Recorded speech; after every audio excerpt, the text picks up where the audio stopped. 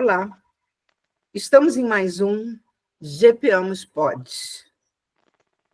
Aqui nós encontramos para falar de pesquisa, música, divulgação e popularização científica. Meu nome é Inês Rocha, sou professora permanente do Programa de Pós-Graduação da Unirio, PPGM, e receberemos nosso convidado. Estamos aqui com Roberta, que vai conduzir o nosso GPamos Pod. Aliás, Roberta, é o nosso primeiro GPamos Pod, não é mesmo? Sim, é o primeiro GPamos Pod, o primeiro podcast do grupo de pesquisa Práticas de Ensino e Aprendizagem e Música. Meu nome é Roberta Mourim, eu sou egressa do PPGM, mestre e doutora em música, jornalista e educadora musical em formação. E, além de tudo, professora de canto e violão e cantora e violonista. A gente está aqui. Excelente, Roberta. Eu também sou cantora, pianista, violonista, nadadora. Somos muitas coisas, não é mesmo? Não é? Somos múltiplas. Muitas coisas. Mulheres múltiplas. Mas hoje nós vamos conversar com o Rodrigo. Rodrigo, que também é egresso do PPGM, fez uma pesquisa linda. E eu queria que o Rodrigo se apresentasse, falasse um pouco da pesquisa, o tema, o que motivou você se meter nessa, que o mestrado a gente sabe que é curto, né? São 2 aninhos ali, você tem que dar conta e fazer um bando de coisas. E eu acho, às vezes, que o mestrado ele não recebe a devida atenção, assim, o devido valor, né? Porque é uma coisa realmente muito complicada de ser feita. E muita gente não sabe, então, bora lá, Rodrigo. Quem é você? Olá, pessoal. Professor Inês, minha eterna orientadora, para sempre. Roberta, colega ali do curso, dessa jornada. Então, meu nome é Rodrigo Lous, eu sou músico também, desde criança que eu canto em corais, né? Me iniciei desde pequeno, que teve a ver com a minha pesquisa do mestrado. Fiz bacharelado em canto no FRJ, depois eu fiz uma complementação pedagógica para poder atuar em salas de aula. Sou professor da rede do município, né, do Rio de Janeiro, professor do município do Rio de Janeiro, das escolas lá da Zona Norte do Rio de Janeiro. Atualmente, fiz meu mestrado, né, na Unirio, com orientação do professor Inês, que a gente vai conversar bastante sobre essa nossa pesquisa, que foi muito legal, foi uma mudança, né, de tudo na minha vida. Muitas coisas boas surgiram disso também. Foi um desafio, né, que a gente sabe que é um desafio sempre, uma escolha, em primeiro lugar de tudo, é uma escolha, né, a gente escolhe fazer isso. E dentro do desafio que a gente escolhe fazer, foi uma jornada muito interessante, que continua ainda ecoando, né, porque agora eu continuo nessa jornada acadêmica, agora no doutorado, e eu optei vir para o doutorado aqui em Portugal. Então, eu falo de vocês aqui de Portugal, da Universidade de Aveiro. Então, vamos lá, conversar, falar sobre um pouco de tudo, né, que acho que é legal, de sempre esses encontros, a gente poder fazer essa troca aí, e espero poder contribuir um pouquinho aí nessa conversa. Rodrigo, em que universidade você está cursando o doutorado? Então, Universidade de Aveiro, aqui em Aveiro. Estou aqui no Departamento de Educação, né? Eu optei, né? Na nossa conversa a gente vai chegar lá, por que eu cheguei nesse momento, mas eu optei no doutoramento, que eles chamam de doutoramento aqui, né? Já estou me habituando até do jeito que eles falam, no doutoramento aqui eu optei em Educação, e eu estou no ramo, que é aqui dividido em ramos também, no ramo de Administração e Políticas Educacionais. Então, uma trajetória assim que vários caminhos que me trouxeram aqui. Interessante. Vem cá, vamos começar do início. Qual é o tema do seu trabalho de mestrado? Vamos lá. Então, do mestrado, o tema, muito resumidamente, tem a ver com a minha própria história, né? Eu busquei pesquisar sobre o Coral dos Canarinhos. O Coral dos Canarinhos foi onde tudo começou para mim, né? Na minha história de vida mesmo, né? Onde eu comecei. Né? Em Petrópolis, isso. Minha cidade natal, sou de Petrópolis. E lá foi onde eu comecei. Petrópolis é no estado do Rio de Janeiro, na região serrana. Região serrana, cidade imperial. E com isso, eu comecei lá criança e aquela experiência, aquela oportunidade que eu tive, né, fez toda a diferença na minha vida. A partir dali, foi onde tudo que ocorreu depois veio em consequência daquela oportunidade de ter entrado naquele grupo, ter tido aulas de música e toda aquela vivência que eu tive, me formaram e isso depois seguiu nessa jornada. Então, eu sempre tive essa percepção mesmo de que aquele local lá que eu tive essa oportunidade de estudar, realmente me proporcionou essa mudança de vida, né? Vim de família que não éramos pobres e tudo, mas também não tínhamos grande posse e tudo. A gente tinha uma vida tipo, que era aquilo, né? Não, se eu almejasse outras coisas, seria muito difícil. A realidade da nossa família, apesar de nunca ter passado extremas dificuldades, mas era aquela coisa do básico que era para ter e não teria, né, almejar outras coisas, a não ser talvez ficar por lá mesmo, conseguir alguma outra, né, uma coisa mais sem grandes pretensões por conta da realidade que a gente vivia. E ter tido essa oportunidade de estar no coro, de entrar desde criança e passar lá 12 anos da minha vida, me mostrou novas possibilidades, novas oportunidades. Eu vi que era possível, né? Então existem outras coisas que eu posso almejar.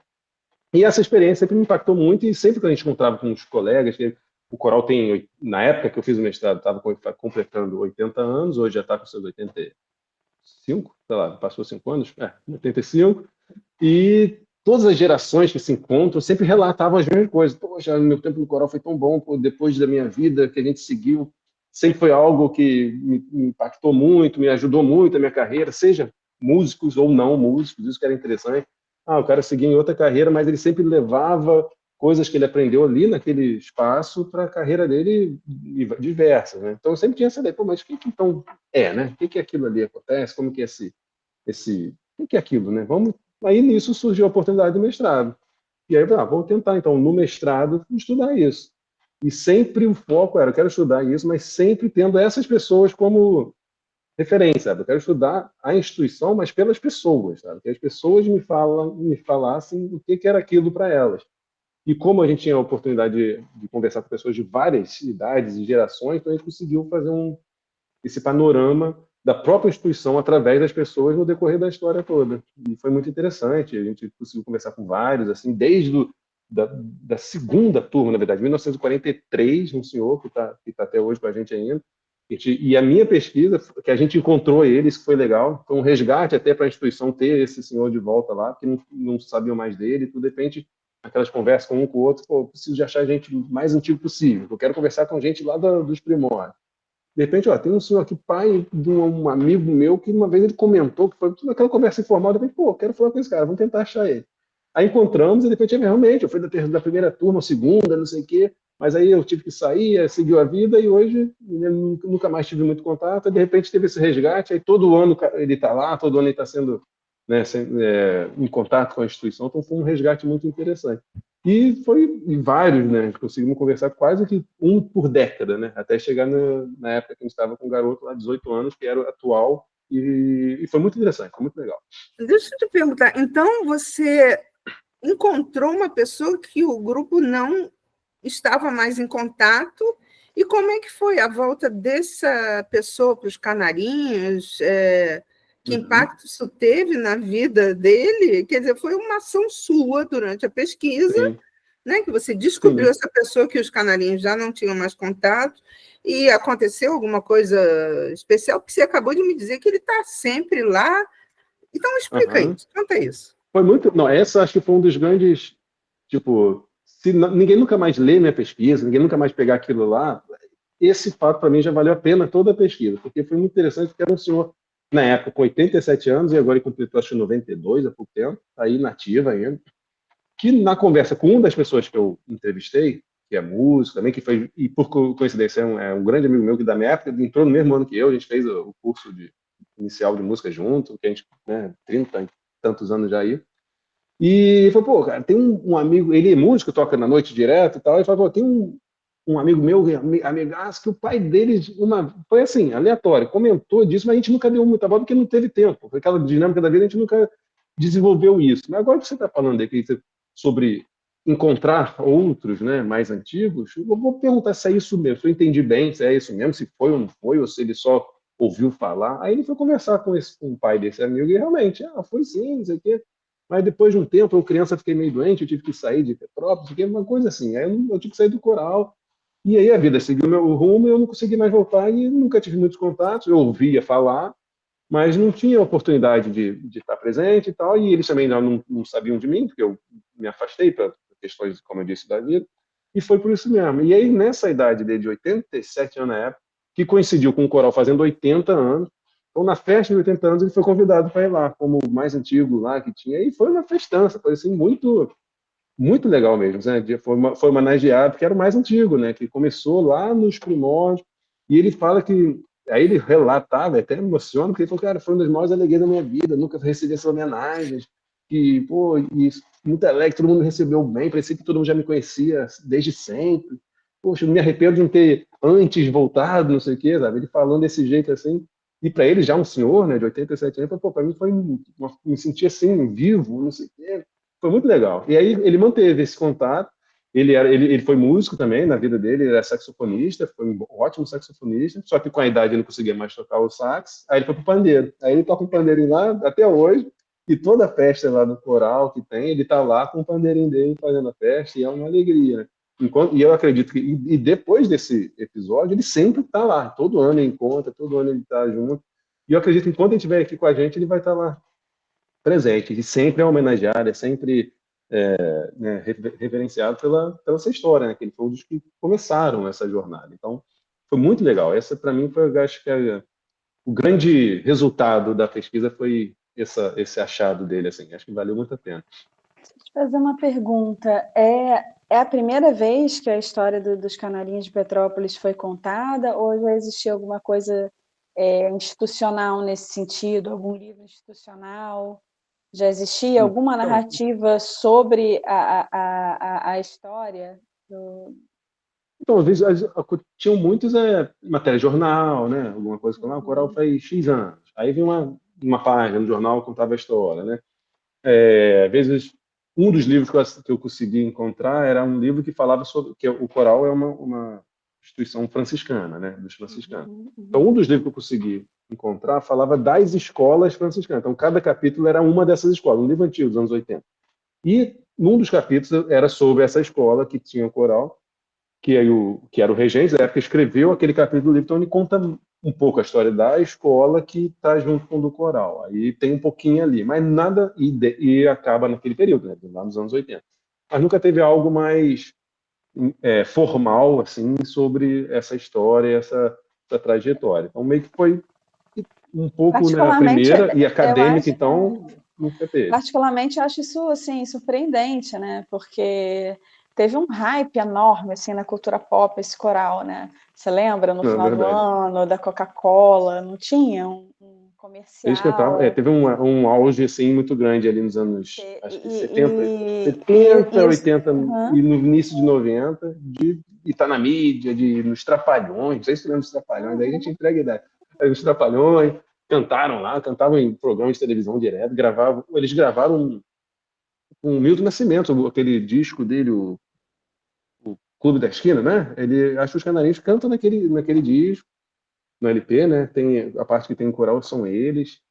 Fizeram filme, é muito interessante. Tipo, um coral realmente teve uma projeção muito grande. Sim, dentro da Né, cultura pop, né? Dentro do mainstream. é. E aí, assim, eu me pergunto, assim, existe possibilidade desse...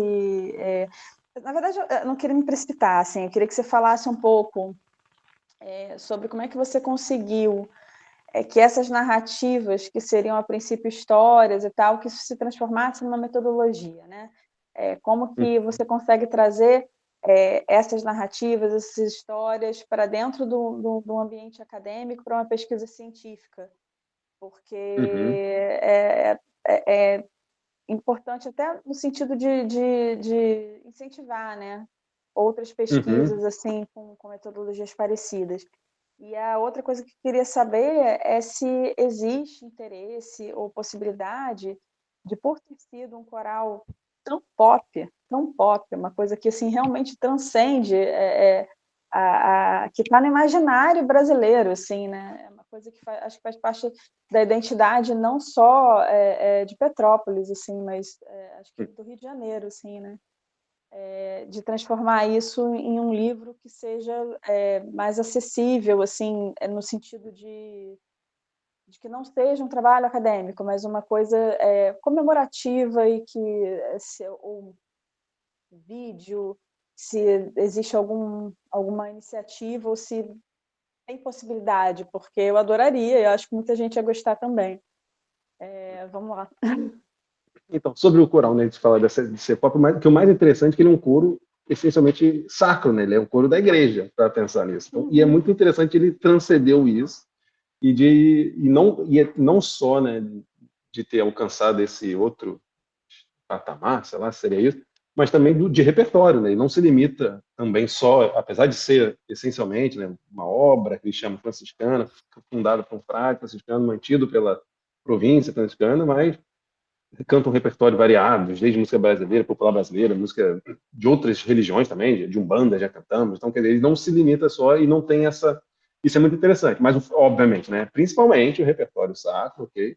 Mas também ele se abre esse outro tipo de repertório. É muito interessante, realmente, isso. Eu acho que isso ajudou um pouco também essa projeção que teve, né?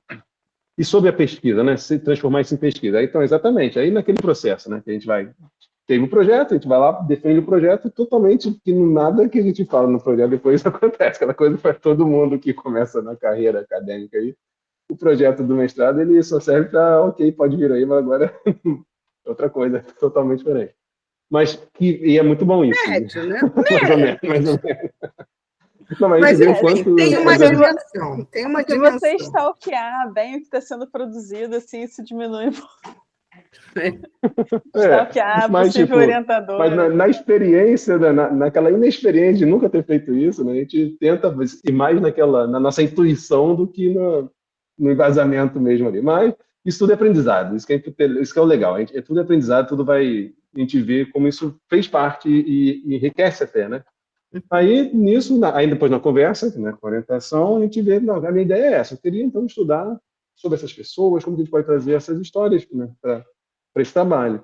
E aí veio a sugestão, já ouviu falar da pesquisa autobiográfica e tal, que é uma pesquisa que realmente é isso que, né, é o foco, é isso, são as narrativas das pessoas.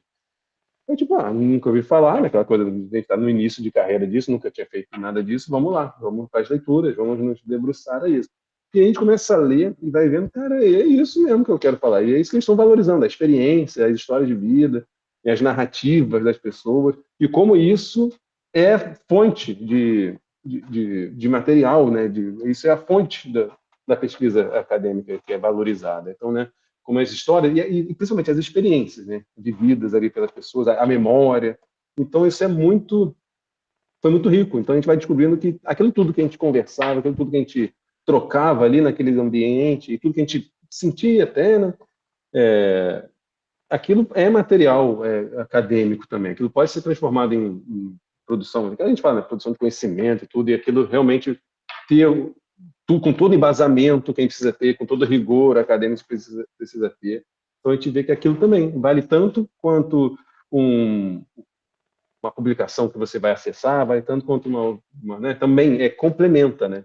Então isso foi muito muito interessante ter encontrado, né, essa perspectiva da pesquisa autobiográfica e como isso realmente trazia as pessoas.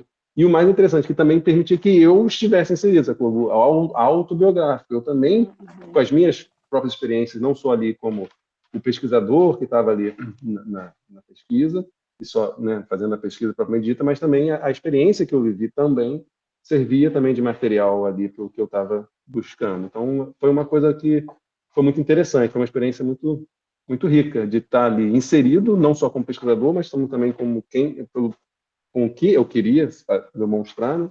Associado com essas outras pessoas também que contavam suas histórias, que no final a gente via que era a mesma história, né? Então, foi muito interessante. Rodrigo, fala, Roberto, depois eu quero Eu fazer um eu comentário. queria que você perguntasse se você teria alguma coisa a complementar sobre esse método, essa metodologia, né, autobiográfica.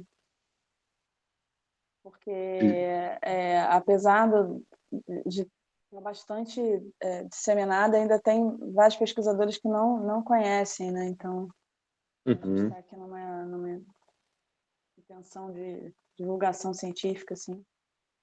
Se tivesse alguma coisa para complementar e tal. O que é uma pesquisa autobiográfica, Exatamente, né? A pesquisa autobiográfica é justamente, tipo, sempre vai ser uma pesquisa, como todas as outras. Você vai ter que, né, sendo bem direto, vai ter que fazer muita leitura, obviamente, mas você tem que se embasar. Não é só sair entrevistando as pessoas e aí escrever o que elas falaram e pronto, né? E é diferente de livros autobiografias, que a gente vê, né? Biografias. Aquilo ali pode ser uma fonte também, mas não é só, né? Então, é justamente muita leitura que a gente precisa fazer, né? Vários referenciais que a gente precisa buscar. Aquela pesquisa que todo mundo tem que fazer, né? De embasar. As coisas que vêm também, não específicas daquilo, mas que vêm ali periféricas, que, né, como toda pesquisa tem que ter, mas que o interessante é que há realmente pesquisas sérias, sabe? Há um movimento muito sério que busca isso, que escreve sobre isso, que pesquisa, que busca em outras áreas para poder embasar isso tudo. E encontrou, acredito eu, na pesquisa em música, uma aderência muito grande, assim. Acho que foi muito interessante na área da música em específico. Serve para todas as áreas, né? Isso que é interessante também, mas encontrou na música uma forte aderência por uma questão, acho que é dessa que a música tem mesmo, né, de experiência, né, a música é muito experiência mesmo, né, de vivência e tal. Então, eu acredito que teve muito dessa, digamos, dessa aderência na música por conta disso. Mas aí é muita coisa, né, tem que ler, como eu disse, aí entra aquele teu trabalho de buscar, aí a orientação também, né, vai te ajudar, né, e isso é importante de uma boa orientação, tu vai te encaminhar bem, mas é saber que existe esse campo, e se você tem a ideia de pesquisar sobre pessoas, né, até no meu caso, no fundo eu pesquisei numa instituição, mas o meu foco foi as pessoas que passaram por aquela instituição, né? Então acho que isso foi algo que encontrou um match, deu match. Então acho que foi interessante nesse sentido. Então, se você tem a ideia de fazer isso, nesse tipo de temática, acho que pensar nessa pesquisa autobiográfica é algo que pode ser interessante para a pessoa e não necessariamente igual no meu caso. Como por eu ter feito parte, eu só posso fazer porque eu também fiz parte, porque eu sou autobiográfico. Não, ela também abre para você, mesmo sendo alguém de fora, né, e coletando as narrativas dessas pessoas. Então, é algo que é muito abrangente e muito enriquecedor, né? Então, acho que, resumindo assim, né, é pesquisar, sentar, ler muito e escutar as pessoas. Isso é muito, muito legal. Rodrigo, você na sua conversa, dessa forma, né, de maneira mais informal, você está nos contando, na verdade, elementos do que constitui uma pesquisa. Então, você tinha uma experiência de vida e havia algo que te mobilizava nessa experiência. Tem algo específico na motivação para a pesquisa que você trouxe para a sua dissertação? Porque também a gente tem interesse numa pesquisa, num tema. Eu tenho esse material, você tinha acesso às fontes, tinha acesso a... Teve essa vivência pessoal, então você podia falar da sua pessoa, que rompendo com aquele antigo dogma de que o pesquisador é absolutamente distante e neutro na pesquisa, né? Nas áreas humanas, isso não acontece. Então, a subjetividade e subjetividades é algo muito importante. Mas tem assim, você conseguiria destacar um ponto que isso aqui me marcou e marcou todas essas outras pessoas? Teria esse ponto para você trazer para a gente? Acho que, tipo, o ponto principal é o que aquilo proporcionou mesmo para aquelas pessoas, né? Porque acho que foi... Porque, ainda mais no início do coro, né, falando sobre a história do coro especificamente, foi sempre voltado para pessoas mais simples mesmo, sem muitas acesso a muitas coisas, né?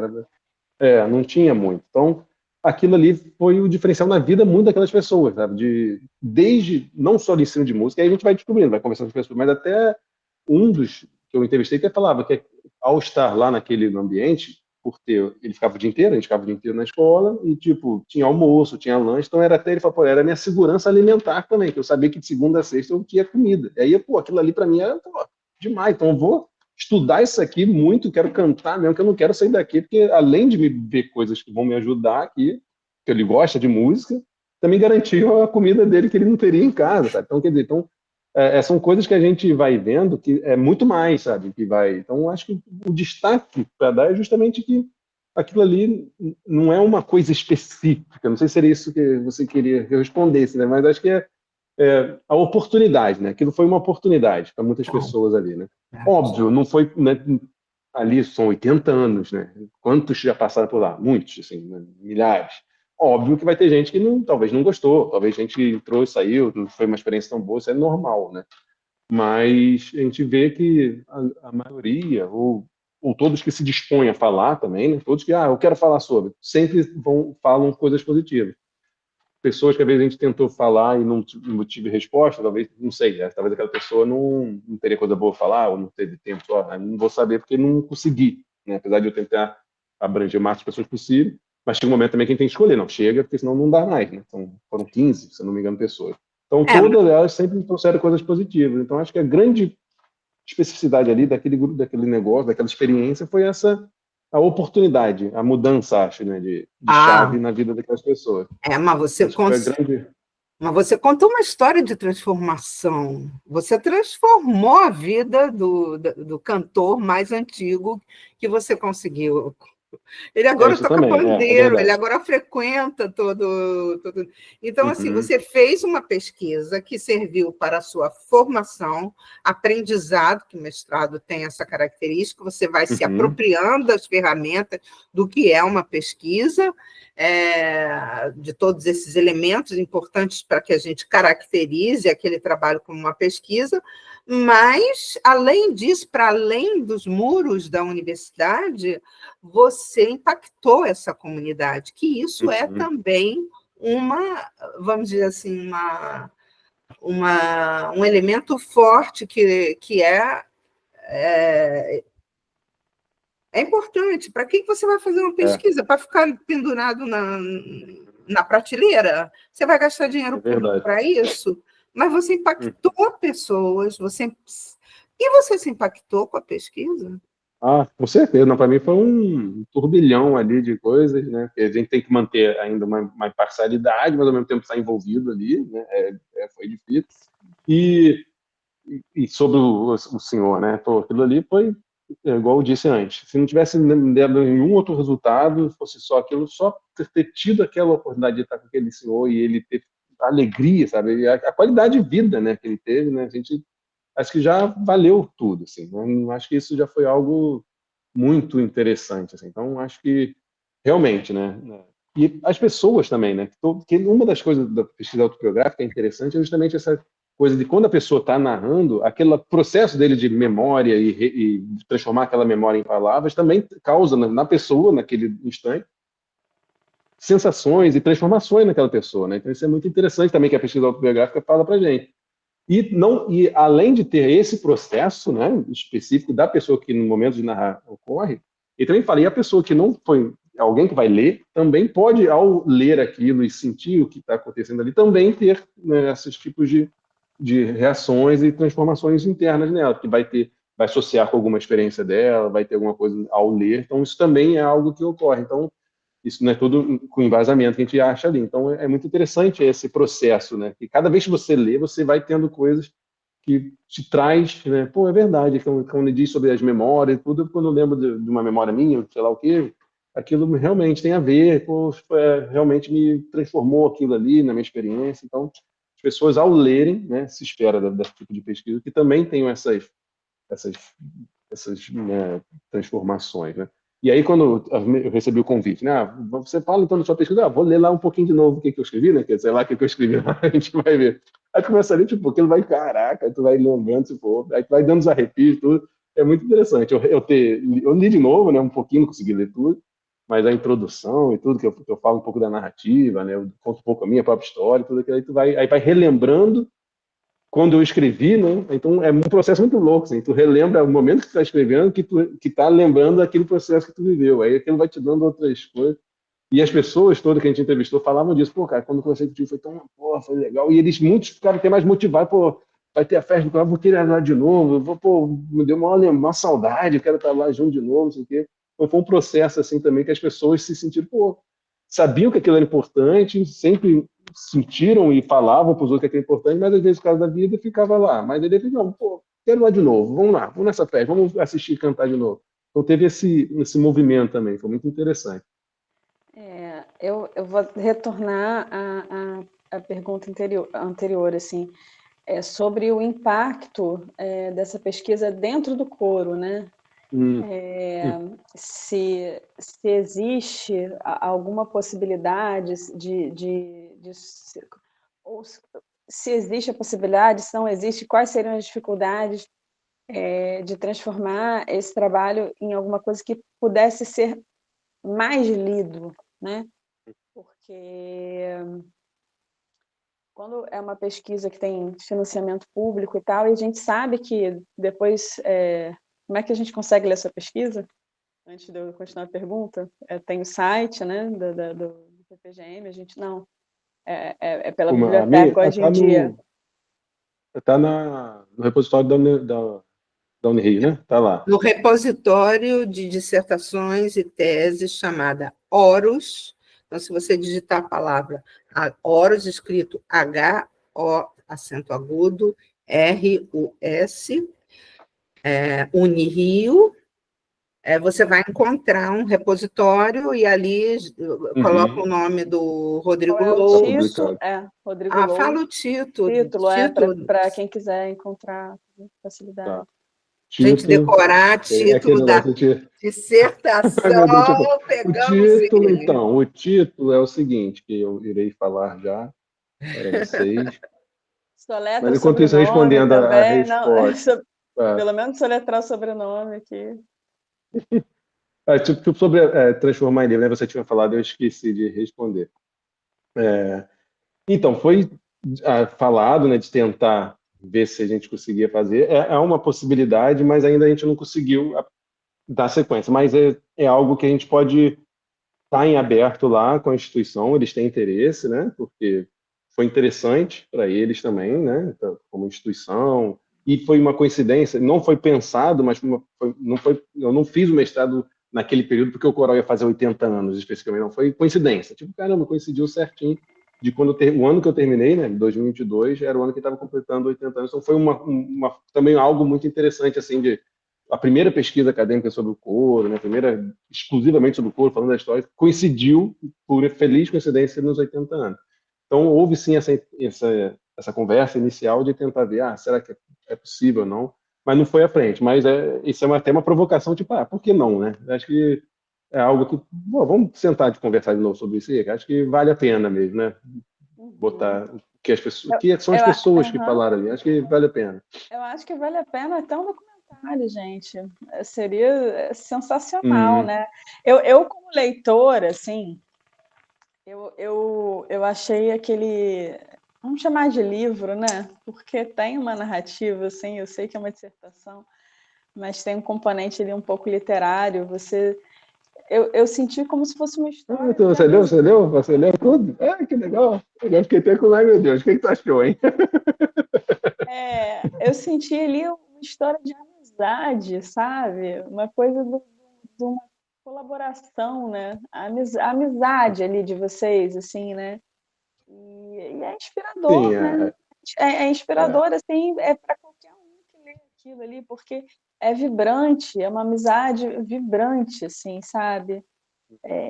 Uma alegria de estar desbravando as viagens, sabe?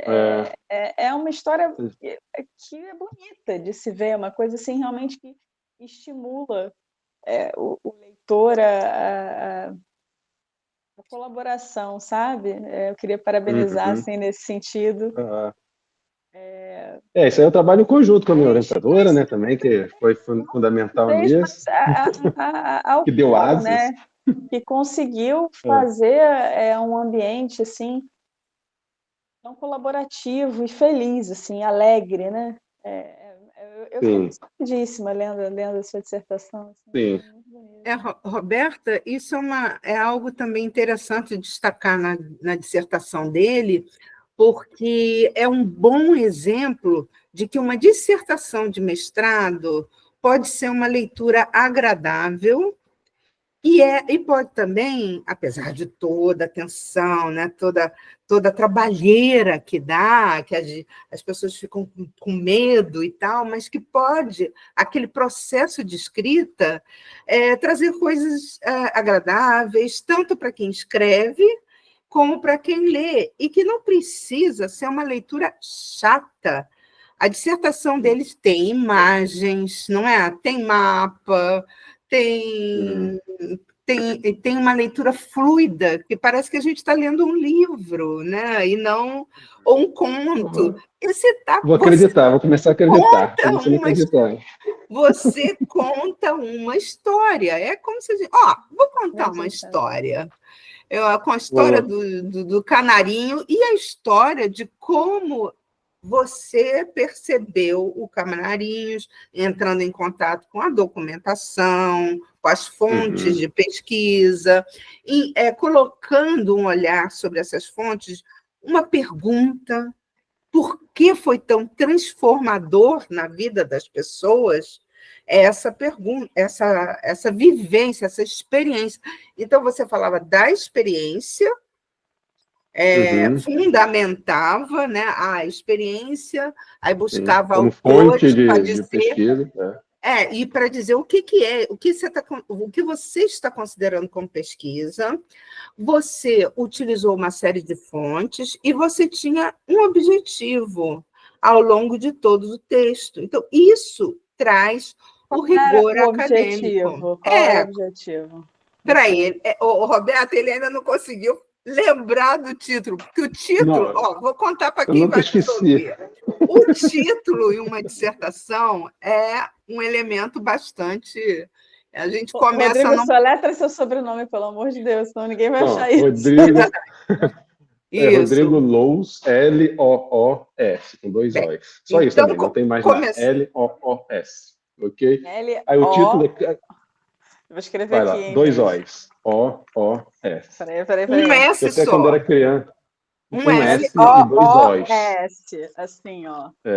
Deixa eu ver. Isso. E aí, eu, quando era criança, fazia sempre um olhinho, sobrancelha e boquinha.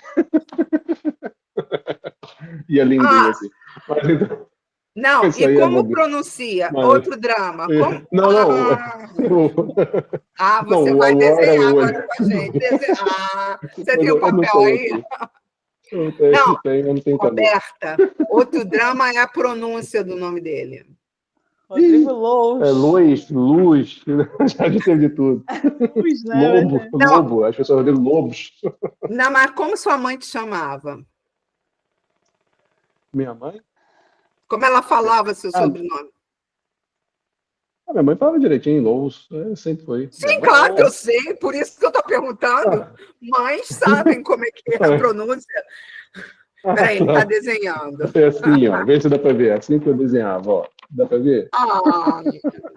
Que bonitinho. Não sei se dá para ver. Bom, assim não dá para esquecer mais o meu nome. Não. E como é a pronúncia? Vamos lá, o título. Não, a pronúncia do seu nome. Lous. É um O longo, Lous. Mas tem que falar Lous. Não fala. Vou atender. Que não, a gente decora. Eu vou atender.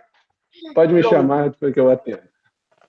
Título. Então, o título, que eu não esqueci no momento, só não lembrava, é Canarinhos de Petrópolis, Histórias de Vida em Narrativas Musicais. E o objetivo?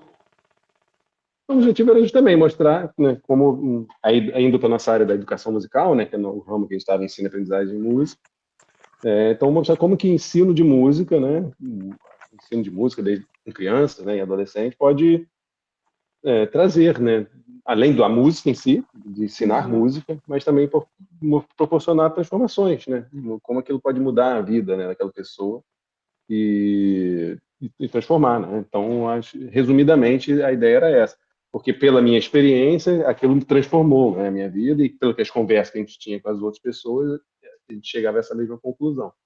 Então, além do ensino de música propriamente dito, aquilo ia além, né, da própria música, né. Então, como que isso acontecia? Por quê? Acontecia mesmo? Era só uma impressão minha? ou não, né? Então foi em busca disso que a gente teve essa ideia, né? Tinha essas Do ensino de questões. música. Então, e a experiência musical, que ali vai muito além só das notas musicais, né? Da partitura e tudo, né? Tem toda a vivência coletiva, né? A coletividade, o trabalho lá em equipe que eles tinham. Muitos falam isso, né? De cantar do lado ali, saber que, pô, aqui tá junto comigo, então vamos lá, vamos cantar e vai ser bom, um repertório e tal, a experiência cultural, né, de cantar músicas que a pessoa nem conhecia, nem sabia, não sabia, né, variados repertórios, então toda essa experiência que a música, que é muito mais que a música, né, que não é só a nota musical, que ensino de música para pensar é dó, ré, mi, fá, sol, lá, si, não, só pegar e tocar, não, a gente sabe que não é. Faz parte, a gente precisa ter essa parte técnica, mas vai muito mais que isso, né? Se for música coletiva, então, tem um trabalho em equipe, tem que cantar junto, né? Então, e de valorizar não a competição, mas a colaboração, né? Ali que foi muito legal, não era competição, porque na música tem muito disso também, né? Que não é tudo são Não, isso flores, foi o mais bonito, isso foi o que emocionou a tia. Fiquei emocionada com tanta colaboração. Eu vou te fazer mais uma pergunta aqui também em relação ao resultado. Por que acontece? Quando a gente tem uma pesquisa que é financiada, ou mesmo que não seja, está dentro de um programa de pós-graduação, a gente tem que ter o objetivo, a motivação, explicar a metodologia e tem que apresentar o resultado, né? E dentro não digo nem só da música, mas dentro das ciências humanas, é um pouco mais complexo mensurar o resultado do que, por exemplo, dentro da área da biologia, né? Que a pessoa vai lá, faz um experimento, o resultado foi esse aqui. E eu queria saber como é que você trabalhou com isso e quais os resultados que você pôde enumerar, né, da tua pesquisa. Porque, assim, para então, mim, um de resultado. resultado óbvio foi contar uma história que, pelo que você está me Uhum. falando, ainda não havia sido contada, né? Sim, isso é o Esse principal. resultado, para mim, é bastante óbvio. Mas, assim, você trabalhou Uhum. dentro de um curso dentro do processo de ensino-aprendizagem, então existem também resultados sobre a musicalidade, sobre as práticas musicais ali dentro do curso. Sim, Aí, se você pudesse falar um pouco disso, seria sim. bem importante. Eu acho que o resultado não esperado, inesperado que ocorreu, a gente comentou do senhor lá, né? Acho que isso é um grande resultado, né? Que tem que ser valorizado, né? Que a gente tem que pensar que as pesquisas têm que trazer qualidade de vida, né? Que é mais das ciências sociais e tudo, né? Acho que busca qualidade de vida para as pessoas, né? Melhoria de vida para as pessoas. Então, acho que aquele resultado ali foi imediato e inesperado e surgiu, foi um principal, apesar de não ter escrito lá no pré-projeto qual é o resultado que eu espero. Eu jamais imaginaria que ia ter isso, então foi um resultado inesperado que foi muito, sabe, enriquecedor ali. Achei que foi demais. E os outros, tipo, esse que você falou, né, de realmente, um primeiro resultado de uma instituição que já vai quase secular, né, 80 e tantos anos, que nunca tinha tido algo formal nesse sentido de uma pesquisa, de relatar, né, tanto que eu tento, dentro de uma dissertação, tem um limite, não é nada muito extenso e tudo, mas a gente tenta ali, traz toda, quem não conhece o coro vai conhecer ali, vai saber como que foi fundado, como que começou, quem é que fundou, né, toda a trajetória, como que era no início, não tinha sede, tinha sede, construiu, aí foi para outro lugar, perdeu o lugar, tem tudo ali, né? A gente vai relatando, então tem todo um recorte, né, nesse período, então acho que foi interessante esse resultado, né, de mostrar, trazer isso, né, apesar de ser conhecido, como você falou, né, um coro conhecido, pop, já transcendeu isso tudo aí, tem, mas as pessoas, tá, e aí? São só um bando de criancinha bonitinha cantando? Não, tem toda uma história, começou lá atrás, isso foi muito interessante. E sobre o ensino de música, propriamente dito, né, que lá tem toda sobre a metodologia deles, né, como que eram os ensaios, então te mostra que, tipo, não é fácil, sabe? Não chega naquele resultado fácil, assim, é trabalho duro ali que tem. Então tem uma seriedade do ensino de música que se ela for levada, independente do estilo, independente da área, se é coro ligado a uma igreja ou não é igreja, mas, ou é mais de um público ou não, se tiver com seriedade, todo embasamento, uma estrutura, no sentido aí entra a questão também de pô, se tem que ter investimento, né? Tendo um investimento que mostre que é trabalho sério, de continuidade, que não fica mudando, acabando de 2 em 2 anos, 4 em 4 anos, né? Muda tudo, então já não é mais isso.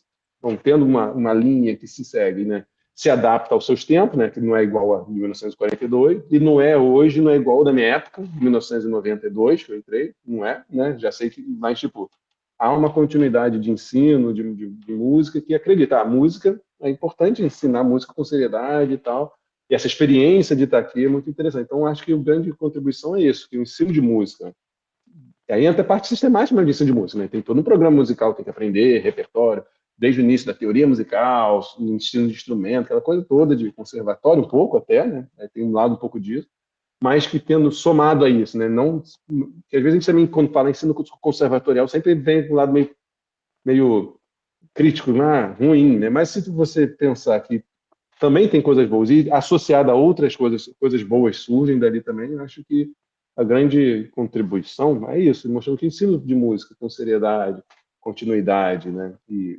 estruturado pode dar resultados, né? Eu acho que isso é muito, Ou acho que é seja, a grande contribuição. um músico para se formar demanda tempo, dedicação e prática, estudo, vai chegar num determinado resultado que você... E como e que ali tinha um recorte específico, né, de um grupo que tinha aquele tipo de ensino, outras formas de ensino talvez também possam, né, dar resultados tão bons quanto e tal, mas ali naquele contexto era esse tipo de estilo de ensino que tinha e tudo, mas sendo feito com seriedade, né, com empenho e acho que ali também eu somava muito até hoje, né? Fatores ali que tem uma equipe muito boa, né? Acho que isso também ajuda, professores muito bons. Acho que a família chega juntos também, né? Então acho que isso mostra que tipo, tudo tem dificuldades, tem seus problemas, óbvio, né? Vai ter críticas, mas acho que não podia ser menos assim. Muitos acham que era rigoroso demais. Mas hoje não é mais tanto. Aí sempre que ela entra aquela, na minha época era muito melhor. Entra sempre coisa, mas na minha época a gente fazia muito mais. Que hoje eles não ensaiam mais todo dia. Mas na minha época, tipo, não, os tempos, né? Cada tempo, sim, tem o seu tempo. Então, não, mas acho que o que mantém é essa vontade de ensinar música. Acho que é a grande vantagem dele. Então, acho que é isso. O grande que traga para a nossa área, né, do nosso ramo, é isso. O ensino de música, Rodrigo, sistematizado certinho. Seria ensinar música ou desenvolver a musicalidade dos cantores? Então, acho que o legal lá é os dois. E tem um ensino de música mesmo, sabe? De aula de senta, ó, primeira aula, isso aqui na pauta, o pentagrama. 1, 2, 3, 4, 5. Conta de baixo para cima. Aquela coisa bem, sim, bem, sabe? Estudar a bolinha, a semibreve, tudo isso. Então tem essa coisa bem, sabe? Para ensinar mesmo a ler partitura, tudo. E tem esse outro lado, que é a vivência, a experiência, a musicalidade que vai desenvolvendo com a prática musical, que é muito aliado. Porque às vezes é muito interessante, porque às vezes a gente vai ensinar música, mas não faz música. Já virou isso, em escola, tu vai ensinar música, tu não faz música com as pessoas. Ensina, dó, ré, mi, fá, sol, lá, si, dó, canta aí, solfeja, tu faz um solfejo lá qualquer, sem solfejar, mas não faz música. Então, acho que ali tem muito disso, de ensina música e faz música, sabe? Então, acho que aí desenvolve tudo. A pessoa vai saber ler a partitura, vai ter um instrumento, vai saber tocar, mas ao mesmo tempo está fazendo música, está ensaiando o repertório, está se apresentando, está cantando. Os grupos que surgem dali, sabe? Grupos, tinha lá microgrupo, né? Quarteto de flauta, eu boto lá no negócio, né? O negócio que é a dissertação. No negócio lá. Então, tem as flautas, quarteto de flauta, aí a gente fazia música de câmara, sabe? Fazia música de câmara, se apresentava. Às vezes aconteceu da gente tocar em lugares que o coral foi convidar, mas não tinha como ir. Mas eu vou mandar um grupo aí. Aí vai um bando de moleque de 10, 11, 12 anos tocar num palco lá. Flauta, doce, quarteto.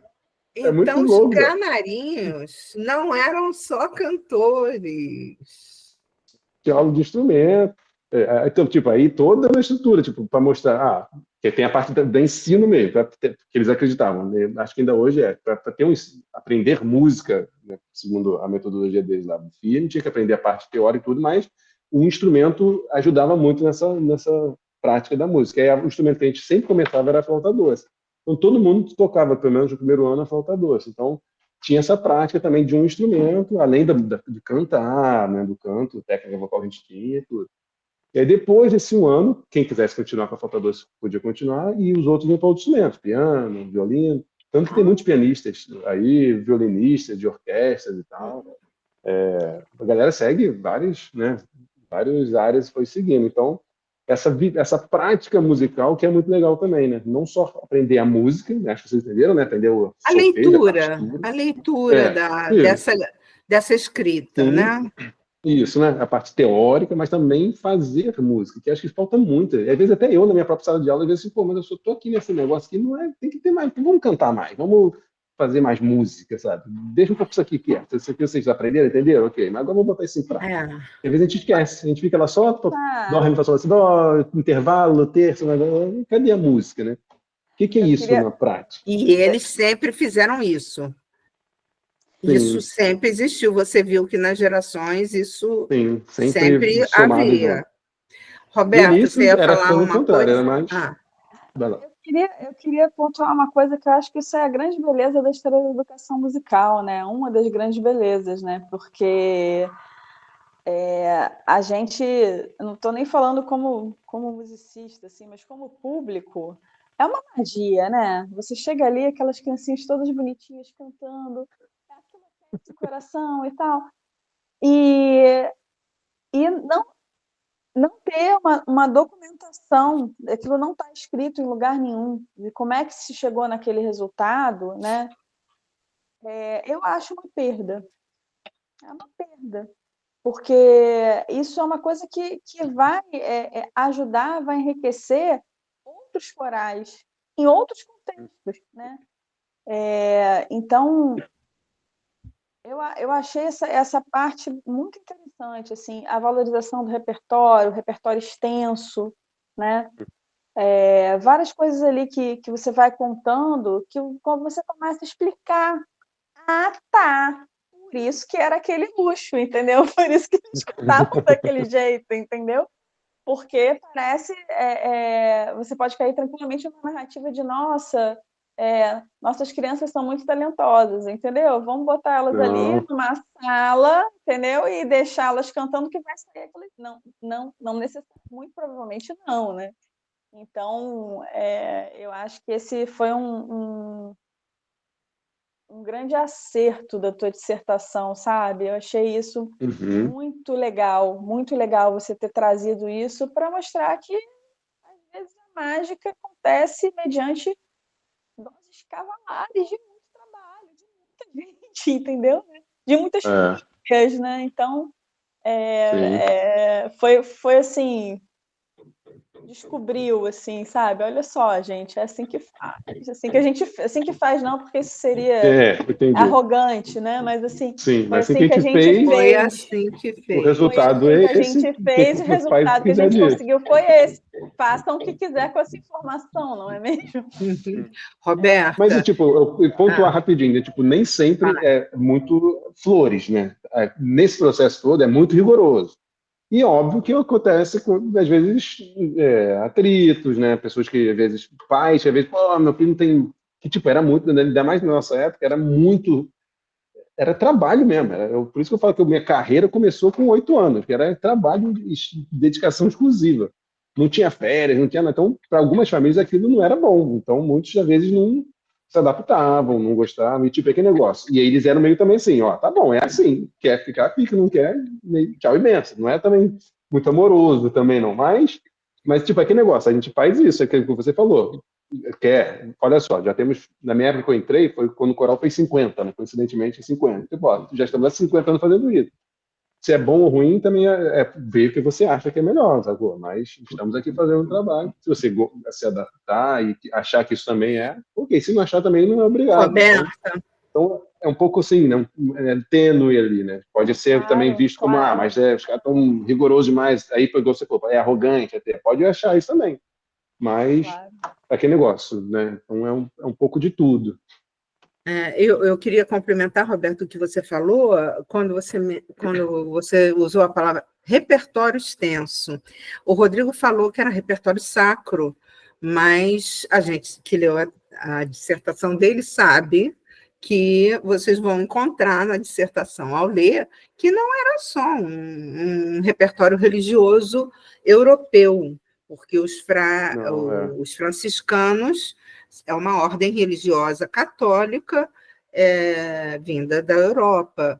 Então, fala um pouco. Eu queria que você falasse sobre duas coisas, sobre essa questão né, do repertório europeu sacro, ou se era só isso ou não, e das viagens.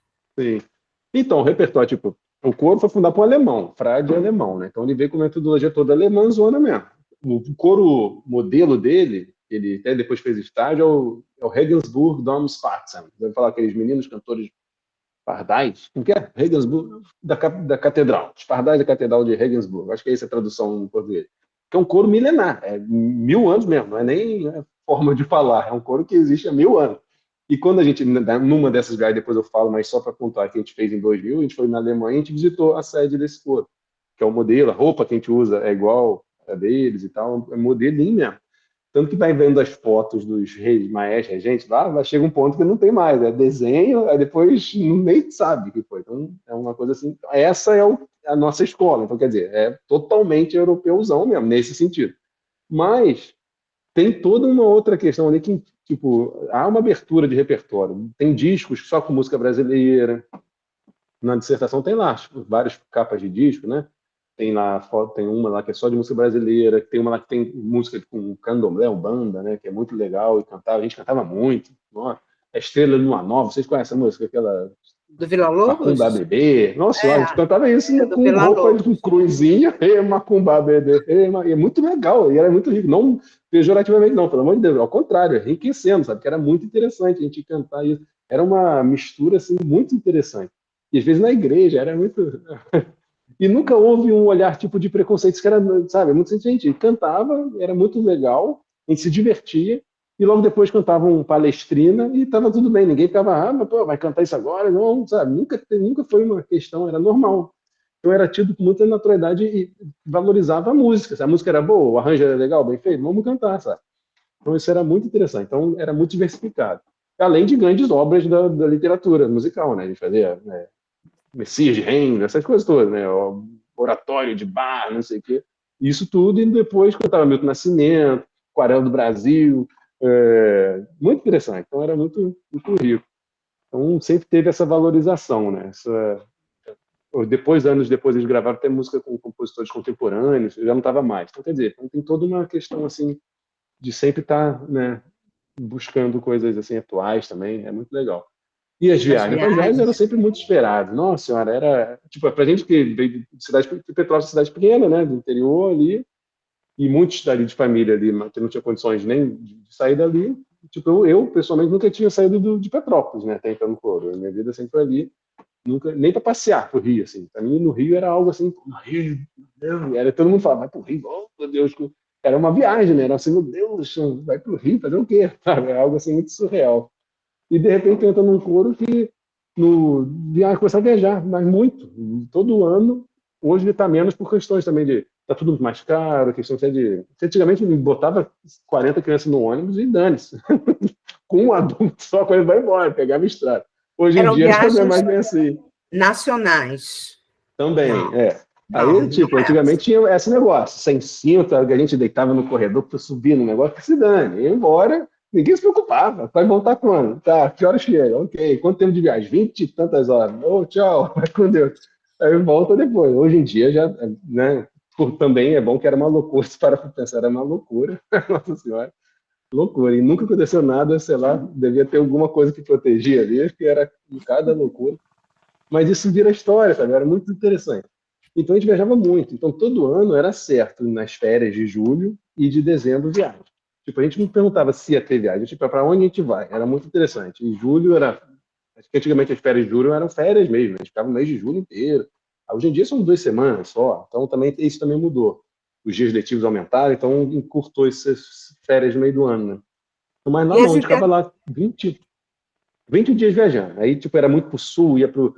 Enquanto eu, na minha época, eu viajei quase para todos os estados, só não fui para o norte, eu acho. Só para o norte, da região norte, que a gente não teve oportunidade de ir. Mas Nordeste, Centro-Oeste, Sudeste também, né? O Sul, a gente, sempre em algum lugar a gente ia. E sempre tinha viagem, era muito interessante. E, eventualmente, surgiu a oportunidade de fazer viagem internacional. O Coro já tinha, quando eu entrei, já tinha essa experiência algumas vezes de ir para fora. E quando eu entro em 92, no ano seguinte, surge a oportunidade para os Estados Unidos. Assim, tipo, Estados Unidos, mas um moleque de 10 anos, que nunca nem saiu de Petrópolis, vai entrar no avião, fazer o quê? O que é isso, Jesus? e vamos embora. Aí de repente vai e fica 20 e tantos dias lá num mundo que não existia. Sem Para ligar era celular, né? horrível. Os pais aqui, tipo, Estudando. Passa um mês, cara, foi assim uma coisa. E sem um pai nem mais. Aí tinha uma equipe um pouquinho maior, né? Mas também não era aquela coisa. Eram quatro, sei lá, 4 adultos com 40 crianças em outro país, assim. Eu lembro até hoje que a mala que eu levei era uma mala que eu era com 10 anos. Hoje eu cresci, eu fiquei mais alto, mas eu demorei a crescer, era sempre de menorzinho. Minha mala era quase do meu tamanho, ninguém me ajudava, porque todo mundo tava com a sua mala, tinha que se virar, né? E eu lá, moleque, uma mala mais pesada que eu, carregando.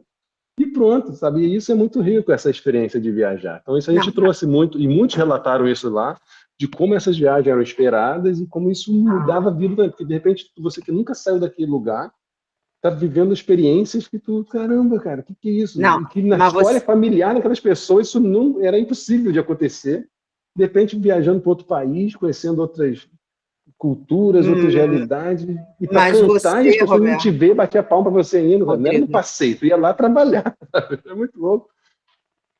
mas Desculpa. você, eu que peço desculpas de interromper, mas tem fotos na sua dissertação e as pessoas podem acessar, com uma foto muito especial.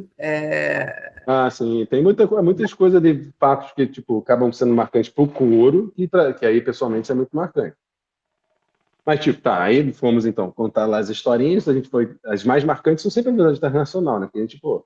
E o mais legal, a gente não gastava nada, era só isso, sabe? Não tinha que pagar, porque eles faziam lá campanha para pagar as passagens. Então, pra gente que não tinha condição nem de pegar um ônibus pro Rio, de repente pegar um avião, era muito. Poxa, sabe? Coisas que pessoas da família nunca imaginariam, sabe? É muito surreal isso, assim, para pensar.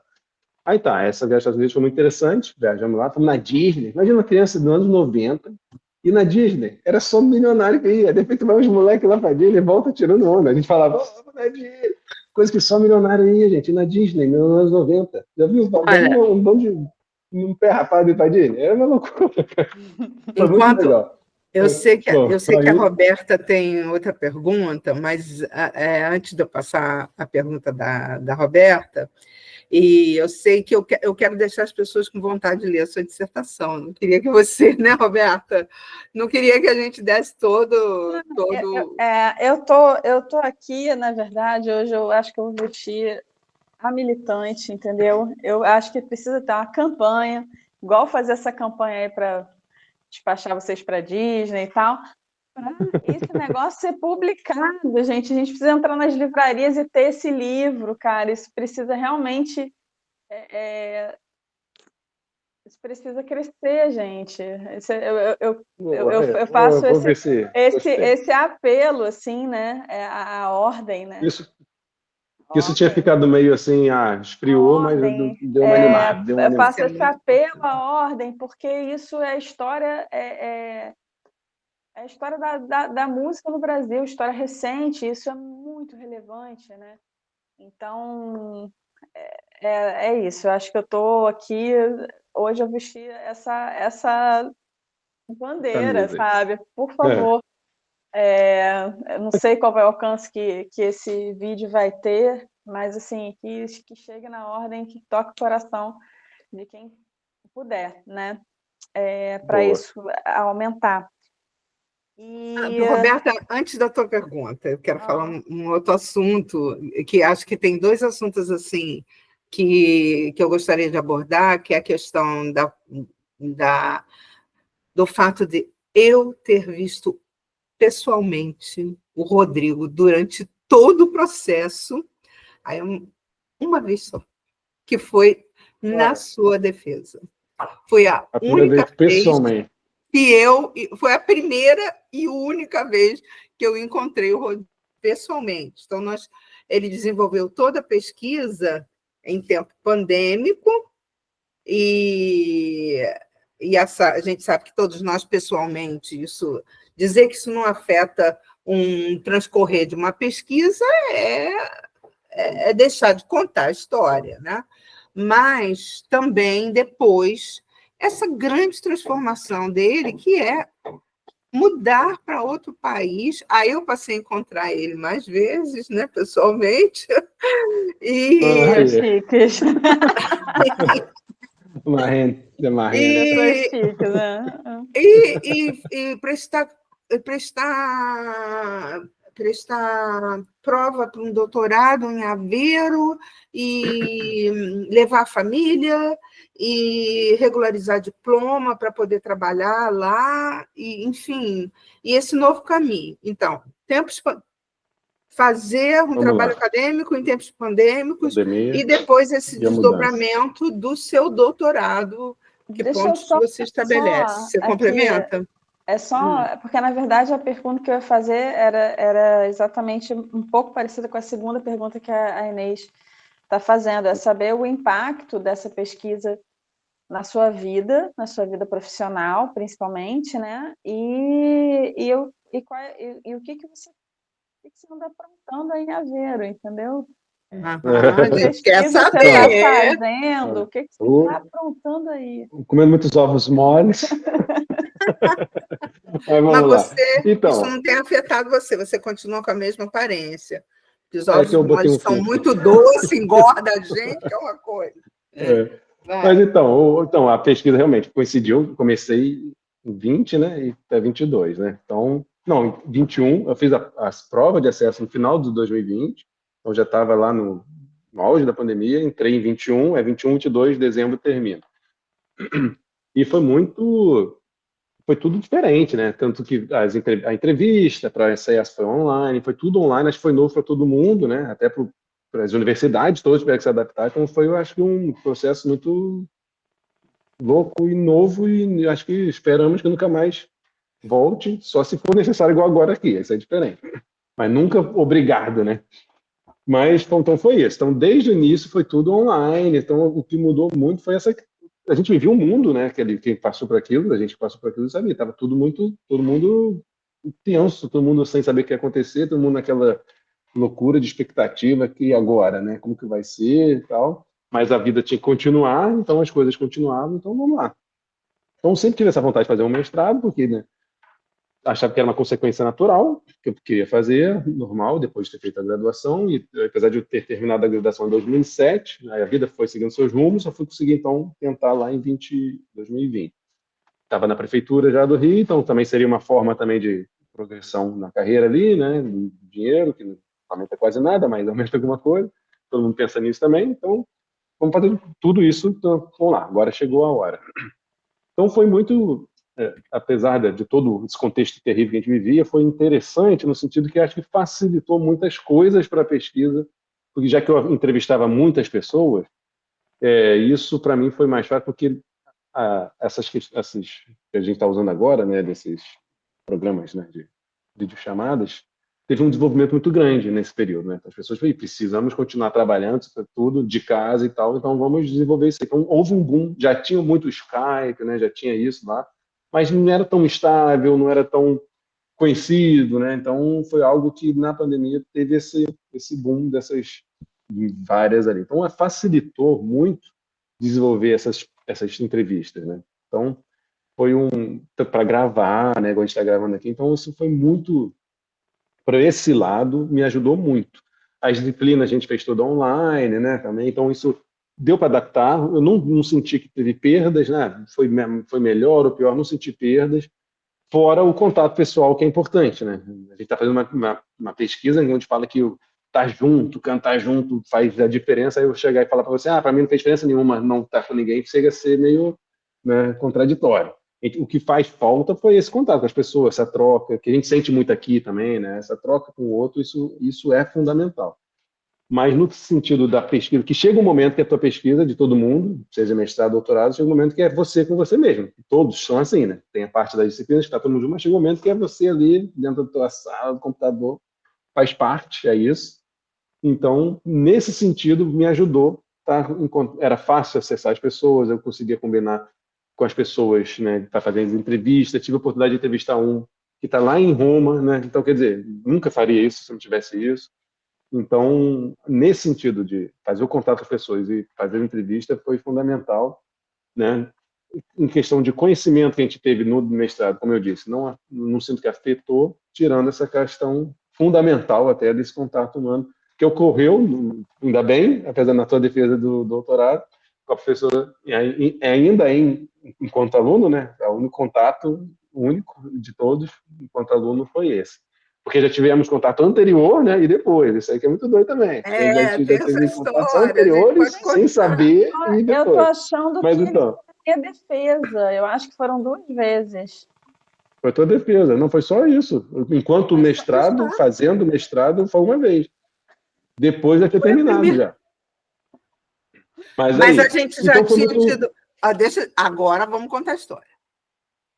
Não, só A para gente já terminar, tinha então. Aí, tido. só para terminar. Termina que eu Aí conto. tá. Então, aí facilitou bastante nesse sentido de fazer as entrevistas. Mas nem todos optaram em fazer online. Então, teve 2 que quiseram ser online, que são foi justamente os 2 mais velhos lá, que foi o senhorzinho, que foi muito legal lá, que eu fui entrevistar na casa dele, e já estava na reta final, que ele surgiu, assim, já no final, a Inês, vamos acrescentar ele, porque apareceu aqui, já estava já perto já. Eu não me recordo se na qualificação já tinha entrevistado ele, acho que não. Foi depois da qualificação, ou já tinha descoberto ele e estava no processo de entrar em contato com ele, tipo, pô, mas já vai fazer qualificação e já vai fazendo entrevista, de repente, mas não, vale a pena. Acho que teve um negócio assim também, agora não vou lembrar. Então ele eu fui presencialmente, então a pandemia já estava já mais flexibilizada. E um outro senhorzinho também preferia ser presencial, porque ele não sabia mexer lá, então a gente foi lá e também já estava mais tranquilo para fazer isso.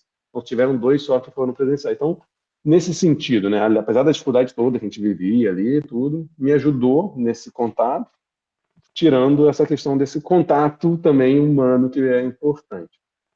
Mas então, aí tem essa questão aí também de encontrar essas coisas da vida, né? Que tem a ver até com essas pesquisas autobiográficas, né? Essas coisas que a gente vai contando, narrando e tudo, e que a gente vê tudo uma sequência de experiências e tudo que acaba trazendo, é justamente esse um contato com a minha orientadora, que eu fui descobrir depois, que eu não me lembrava, muito doido, que eu tinha dado aula para ela muitos anos antes, assim, no lugar que eu dava aula no Rio.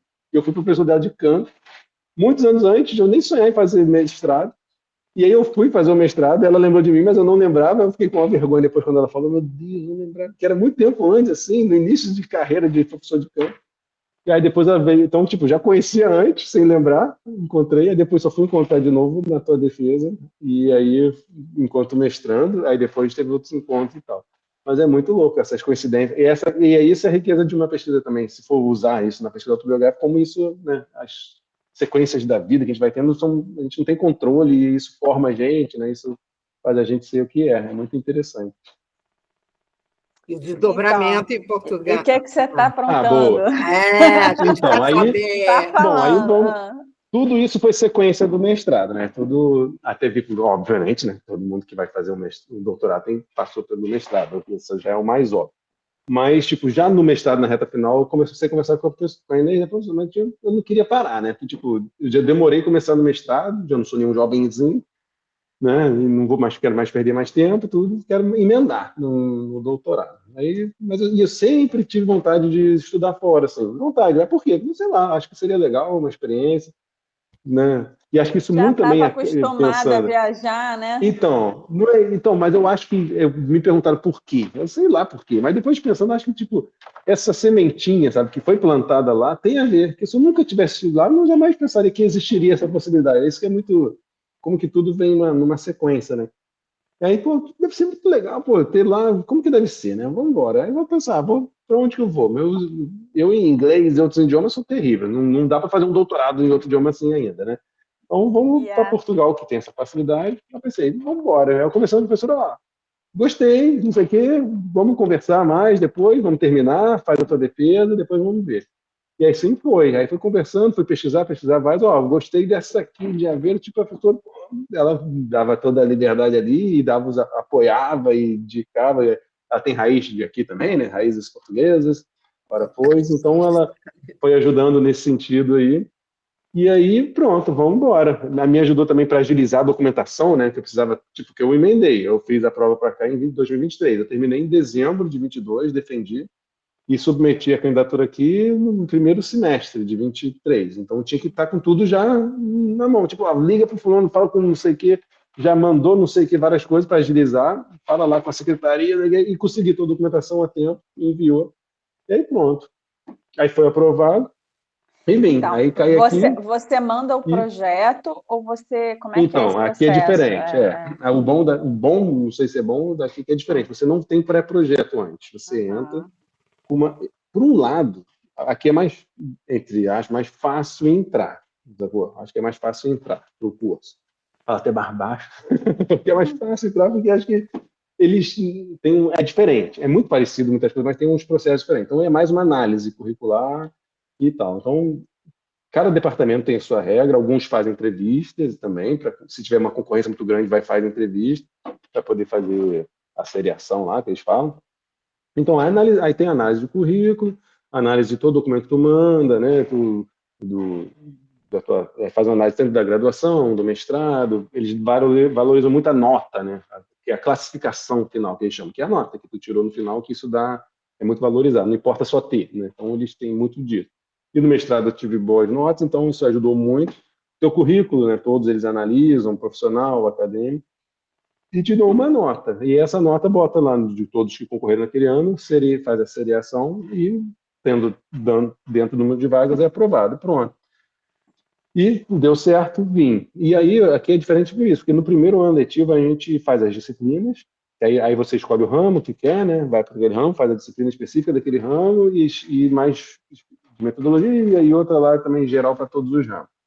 E no segundo semestre do primeiro ano letivo que você faz uma disciplina que é projeto. E é ali que você começa a desenvolver o teu projeto, no segundo semestre do primeiro ano. E esse projeto já é direcionado no teu ramo, e ali que eles vêm, na dinâmica das aulas, o que tu gostaria de fazer? Qual é a tua ideia? O que tu pensa em pesquisar e tal? Aí tá, vamos lá, é possível? Tem aderência ao nosso ramo? Ok, a primeira coisa que tem que ter. Tá dentro? Beleza, então vamos lá. Então, dentro do que você busca, no nosso professores tem do ramo, acredito que aí vão encaminhando, o professor da disciplina encaminha, ó, vou te encaminhar a professora tal, que acho que pode ser, conversa com ela, aí tu vai fazer esse contato durante esse ano. Então, aí você constrói o seu projeto junto com o teu futuro orientador, que naquele momento não é chamado de orientador ainda, é orientador de estudos, que eles falam, né? Porque não é formalmente ainda na plataforma orientador, né? Então, aí tu vai desenvolver o teu projeto, que no final desse ano letivo, que é o segundo semestre, tem uma defesa do projeto, que é um tipo de qualificação, é quase uma qualificação antecipada, assim, né?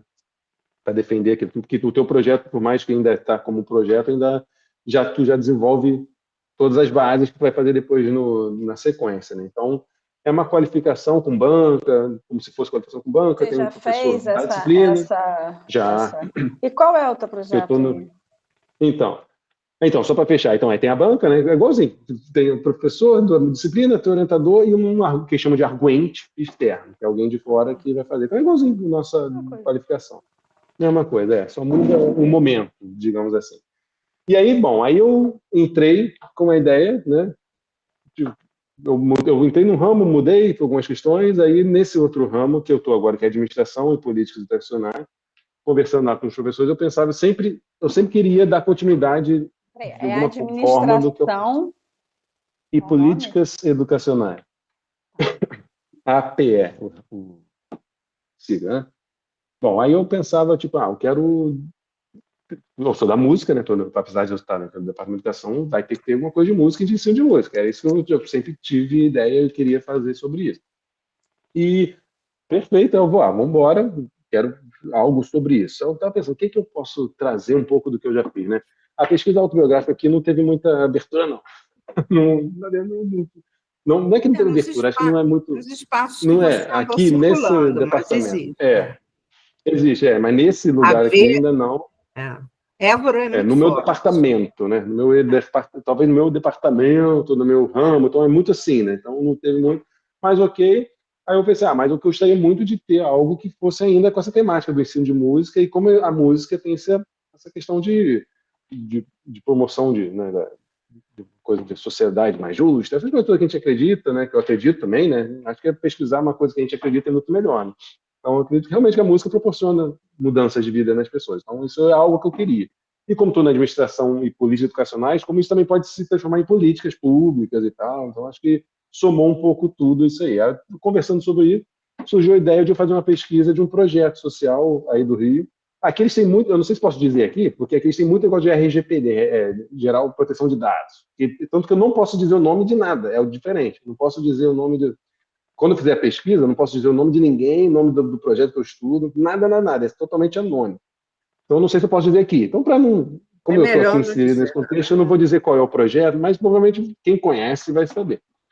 Eles falam, não importa se alguém conhece, desculpa, mas você não pode dizer. Tá? Então, é meio isso. Então, estão muito rigorosos com essa questão de proteção dos dados, né? Então, da identidade das pessoas e tal. Então, bom, então é um projeto social aí do Rio, que atua com orquestras e tal, que tem uma ideia, então, de fazer essa pesquisa com esse projeto, que a gente vai fazer tipo, uma avaliação desse projeto, para mostrar justamente como que é desenvolvida essas aulas, como que eles fazem ali. Em resumo, é meio que uma continuidade não direta do que eu fiz no mestrado, mas com uma outra instituição que tem o mesmo, que acredito, o mesmo foco, né, de proporcionar para aquelas crianças que estão ali oportunidades, né? Eu sempre falo isso, que acho que é oportunizar para essas crianças novas possibilidades. Então, esse projeto social, que dá aula numa região lá na zona norte do Rio e tal, muito complexo, muito difícil, inserido num contexto muito complicado, atua lá com essas crianças, com essas aulas de música, com orquestra, e como isso pode ajudar essas crianças. Então, é fazer essa análise desse projeto bem a fundo, né? De ver como que ele foi feito, como que ele é estruturado, e como isso pode efetivamente ser transportado para outras realidades, e essa questão de políticas também educacionais. Quanto é o tempo de duração do doutorado? Aqui é o mínimo, são 3 anos, né? Aqui é diferente, tem 1 ano a menos de mínimo. Você pode já terminar em 3. Mas é muito difícil fazer em 3. Isso aí eles dão esse prazo mínimo de 3. No Brasil também. Aqui pode terminar em 2. E o Roberta, isso é algo a ressaltar também no caso do Rodrigo, porque o Rodrigo, ele concluiu a dissertação dele com mais de 2 meses de antecedência do prazo final. Mais de 2 meses, ou seja, ele proporcionou aos colegas do programa que tivesse, o fato dele defender antes do prazo final, proporciona um lastro para que outras pessoas possam ter 2 meses de prorrogação, caso aconteça, né, doença, alguma mais em impossibilidade. Período pandêmico, né, que estava muita gente ali sofrendo situações realmente complicadíssimas. Né? Mas, algo a ser valorizado. Mas não por eu queria terminar antes. Acho que ficou pronto, né? Ficou pronto e, tipo, eu tinha esse plano já, conversando com ela, de pro ano seguinte tentar emendar, então eu achava que também podia ser uma forma de eu poder seguir. Então, não foi, eu nem sabia disso, que isso proporcionava para os outros alguma coisa. Eu só pensei, tá pronto. E aí é isso, aqui estão no mínimo 3, mas o meu vai durar 4, com certeza. Rodrigo, não vai ser eu tenho uma última pergunta, assim, que eu acho que, da minha parte, eu estou contemplada de saber da sua vida, da sua pesquisa. Parabenizar, que foi lindo. Pelo menos a sua dissertação foi linda. Eu tenho quase certeza que o doutoramento será tão bonito quanto. Vamos ver. Mas, assim, teve uma coisa que me chamou a atenção, que você está numa linha, pelo que eu entendi, não sei se vocês chamam de linha, que é administração e política... Né? Ramo, né? Ramo. Administração e políticas educacionais. Você quer entrar para essa área de administrar? Você quer... Qual tem ambições políticas? Fala pra gente.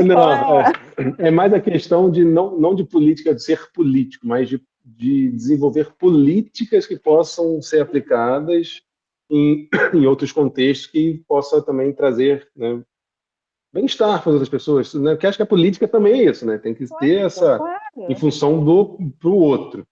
E então esse projeto social que eu quero estudar é justamente tentar ver como que ele analisar, né, ver como que ele é desenvolvido tudo e como isso pode vir a ser transformado em políticas educacionais, né, de ensino de música, outros contextos. Então acho que proporcione também para outras pessoas o que eu acredito que eles também proporcionam lá, transformar isso em política pública, né? Então Porque Acho que tudo é Portugal... político também, né? Então, Mas vem cá, Portugal, tudo é político, né? Não, tudo é político. Assim, eu, sinceramente, torço enormemente para que você consiga... Porque para você conseguir implementar alguma coisa, precisa você alcançar algum nível de poder. Não tem como, né? Se é você não tem verdade. algum nível de poder, você não vai implementar nada, né?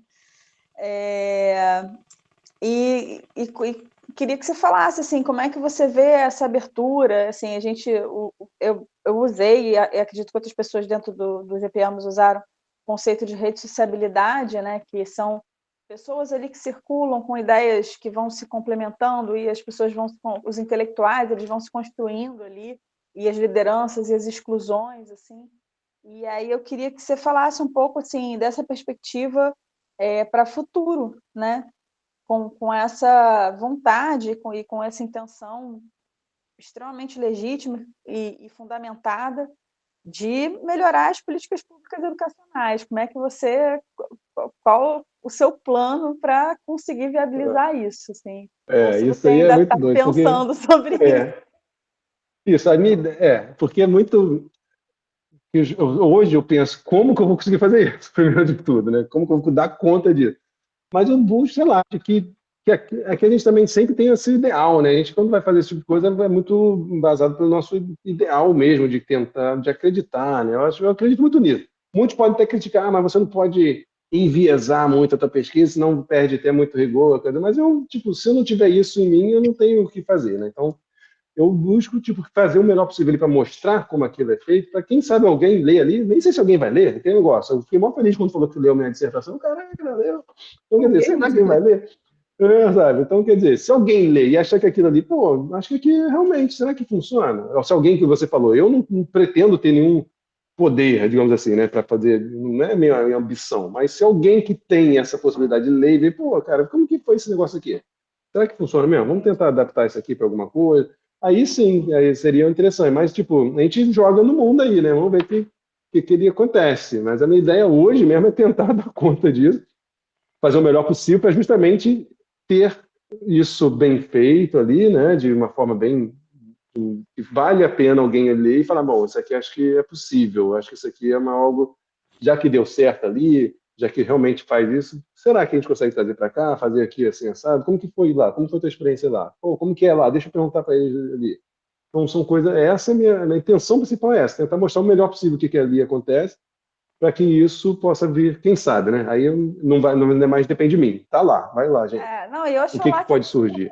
também, né, que você está se qualificando nesse sentido, então acho que seria muito interessante que você contribuísse ativamente, né, dentro Uhum. de projetos que sejam afins às coisas que você tem estudado e que acredita, né? Sim. É isso. E, Roberta, se essa temática teve acolhimento na Universidade de Aveiro, e é porque tem demanda. Existem Uhum. comunidades em Portugal que Sim. necessitam desse conhecimento, porque a gente fica achando que Portugal não tem comunidades como as nossas, porque Ah, isso não é tão não. divulgado. Mas a gente, quando conversa com professores de música portugueses, a gente descobre um mundo que a gente não conhece, que eles vivem Sim, situações muito semelhantes à nossa. sim. Mas, E aí, para a gente só não, e finalizar, sobre porque a isso, gente já não. está... fala, Ah, tá. Então, só que para a gente ajudar já está... rapidinho, que esse de acolhimento aqui é uma coisa também que eu não contei, que eu consegui também financiamento para pesquisa. Eu tive a bolsa aprovada para a FCT. A FCT é a Fundação para a Ciência e Tecnologia. O que é isso? É o equivalente ao tipo da CAPES. Mas é um concurso que acontece da concessão de bolsa, que acontece uma vez por ano, e é super concorrido aqui em Portugal. Todo mundo que entra, e é só para doutorado, né? Então, é que todo mundo quer, porque dá um subsídio mensal, te deixa, né, te dá um selo, porque isso é muito bem visto aqui. E é muito concorrido, é muito criterioso, tem todo um painel de avaliadores, é um concurso não, que por acaso abriu desse ano agora, segunda-feira, né, coincidentemente, vai até abril. Se alguém aí quiser fazer, é a hora agora. E, tipo, e o parecer que eles deram, isso que é legal, é justamente Tem isso. para Tipo, pós-doc, não? para a FCT tem outras coisas também. Não é essa bolsa. A FCT, depois entra no site da FCT. Ela tem várias bolsas também para pós-doc também. Essa específica é bolsa para doutoramento, mas também tem para pós-doc, é bem interessante. Então, e o parecer deles é justamente isso, que tipo, acharam interessante no sentido, toda uma análise, né? Não só do projeto, currículo, uma moção de coisas, cheio de zero, da instituição de acolhimento é analisar também, então tem que ter uma universidade que eles tenha, né, como fazer esse projeto, mas bem, em específico sobre o projeto, eles deram lá. É um projeto, né, que é interessante pelo apelo social, né, e que não tem em Portugal muito esses projetos de doutoramento, que eles falam, de música com esse enfoque. Então, eles acham que é muito interessante de ter, e uma coisa que foi, né, o parecer favorável por isso, por ser algo que não tem muito aqui, doutoramento em educação musical, né, que no fundo é isso, apesar de eu estar na educação só, de educação musical, que tem esse foco justamente da questão social e de transformação pelo ensino de música e pela música. Então, eles deram esse parecer favorável por isso também. Então, tem a ver com o que o professor falou, que tipo, aqui em Portugal, a gente acha que não tem, que não precisa, de repente, não. Poxa, que bom que está vindo aí, é bom ter, a gente precisa, vamos financiá-lo também, que a gente quer saber qual é disso aí, porque acho que pode contribuir muito para o contexto deles aqui. Eles dizem isso com muita clareza ali. Apesar de eu estar estudando lá no projeto do Rio de Janeiro, eles acharam interessantíssimo por ser justamente com esse enfoque de música no doutoramento com o ensino de música, né? Isso foi bem legal. Então, arregaçar a manga, porque é muita coisa para fazer, Jesus amado, é um desespero. E Mas vamos o lá. Rodrigo, eu queria fazer um testemunho, além desse fato dele ter terminado antes do prazo. Ele sempre foi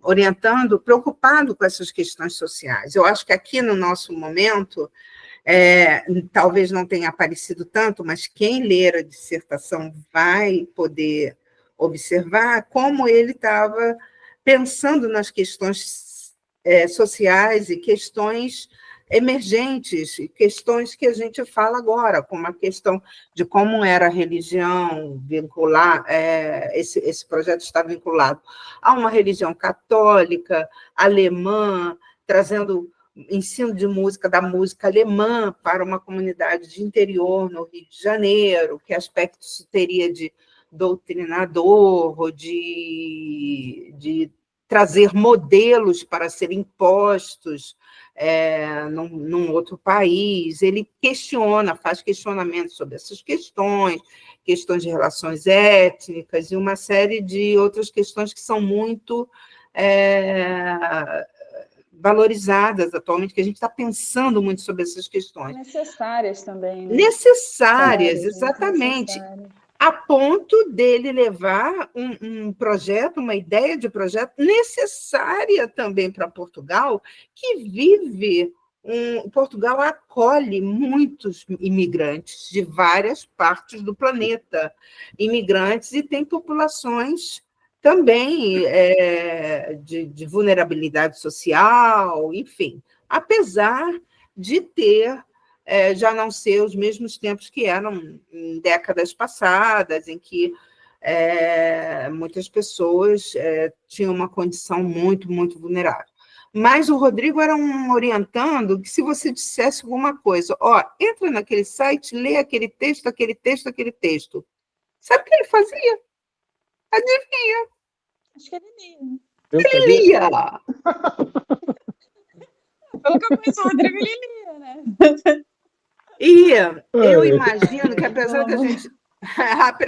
da gente não ter se encontrado presencialmente, nós utilizávamos os encontros do grupo GPamos, virtualmente, que a gente usou naquela época, com muita frequência. Então, que é uma dinâmica que eu acredito muito na eficiência, na fertilidade desses encontros dos colegas, porque você aprende um com o outro, a tua pesquisa tinha muita relação com a dele, então ele assistia as suas bancas, conhecer a forma como você estava, Roberta, lidando com autobiografia como fonte, né? Roberta trabalhou na tese dela, que foi indicada a Prêmio CAPES no ano que ela defendeu, ou seja, que foi uma tese valorizada no programa, a ponto de representar o programa né, no Brasil. Né? Eu sou super orgulhosa disso. Gente, eu acho que esse é o momento de todo mundo passar o seu Instagram, porque para a gente saber dos nossos próximos voos de Rodrigo Lous. Qual o seu Instagram, Rodrigo? Você tem Instagram? Não, a gente pode botar na bio Rodrigo também. Lous, 1982, tá? Eu não sei qual é o nome dele. A gente pode botar Rodrigo na bio. Lous, né? Tudo junto, 1982. O meu Instagram é @Roberta_Mourim, M de mamãe no início, M de mamãe no final, M-O-U, Mourim. E Dona Inês, qual é o seu Instagram? Eu acho que é importante também divulgar a página do GPamos, que é gpamos.wix, é um blog em formato... Não, o Wix ele faz... E tem Instagram também, né? Eu estou procurando aqui, que eu acho que é GPamos. Você digita GPamos no local de busca e aparece o Instagram, a gente sempre vai noticiando a GPamos... encontrei. gpamos.wixsite.com/gpamos. Esse eu imagino que seja o site. Mas, enfim, colocou em busca GPamos, é fácil de encontrar. Eu recomendo que vocês sigam nossos Instagrams, visitem a nossa página, lá tem toda a produção do grupo, tem as notícias das bancas, tem a produção bibliográfica, técnica, artística, do fruto das pesquisas, e tem também os links dos nossos currículos Lattes, das plataformas onde a gente divulga a publicação. Então, a gente sempre procura estar atualizado. E vamos às palavras finais. E o seu, você não quer só para avisar, o meu Instagram... Só para fechar aqui, porque o meu Instagram eu não sou muito ativo. Então, quem quiser lá para mandar mensagem, para trocar uma ideia, eu vou estar sempre acessível, pedir ajuda, quiser vir para cá, Roberta, já gostei, pós-doc aqui em Aveiro, estou te aguardando. Tamo junto. Beleza? Manda mensagem lá, que a gente troca ideia, o que puder fazer aqui, o que puder mesmo, você mesmo. Gratidão. Contato com o professor, tudo, quiser ir. Próxima aí, para a gente tomar um ovos moles, vim do Porto, 40 anos, muito bom. Um bom bacalhau. E quem quiser junto, é só mandar mensagem. Eu não tenho nada no Instagram, mas se mandar mensagem, eu respondo. E ginginha também, não é uma ginginha? Óbidos. Mas que a gente encontra na segunda eu já não senti nada. E a gente encontra em qualquer lugar de Portugal uma boa ginginha. Boa. Eu queria te agradecer muito, Rodrigo, primeiro por tudo, pelas aulas de canto, que me deixaram muito confiantes para eu seguir na minha instância doutoral e cantar em Alcalá de Henares, pela acolhida que você tinha sempre, assim, do que eu falava para você. Então, eu acho que assim, havia um pedido no grupo do Rodrigo criar um manual de como ser orientando. Porque os colegas diziam assim, que, cara, ele segue tudo que a orientadora faz, ou de que forma. Havia um certo assim, frisson, né, em relação a como ele lidava com as coisas que a gente falava. Roberta é outra que pode fazer esse manual, vocês podem fazer em coautoria, que Roberta... Não, a Roberta ela tinha grande autonomia, mas ela sempre confiou na minha orientação. Aliás, se há uma coisa que eu sou grata, são os meus orientandos, senão o GPAMOS não existiria, o grupo de pesquisa não existiria. Então, quero agradecer, passo a palavra para a Roberta e depois, Rodrigo, você se despede, dá suas palavras finais. Eu quero agradecer essa grande estreia do GPAMOS Pod, né? GPAMOS pode? Não é isso? GPAMOS pode. GPAMOS pode. Né? A gente pode.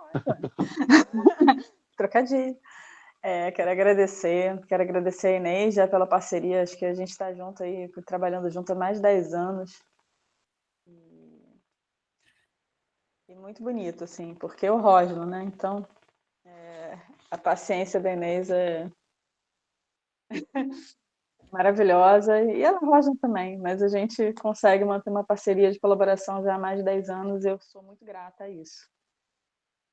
E agradecer muito ao Rodrigo por ter essa estreia, essa presença solar, entendeu?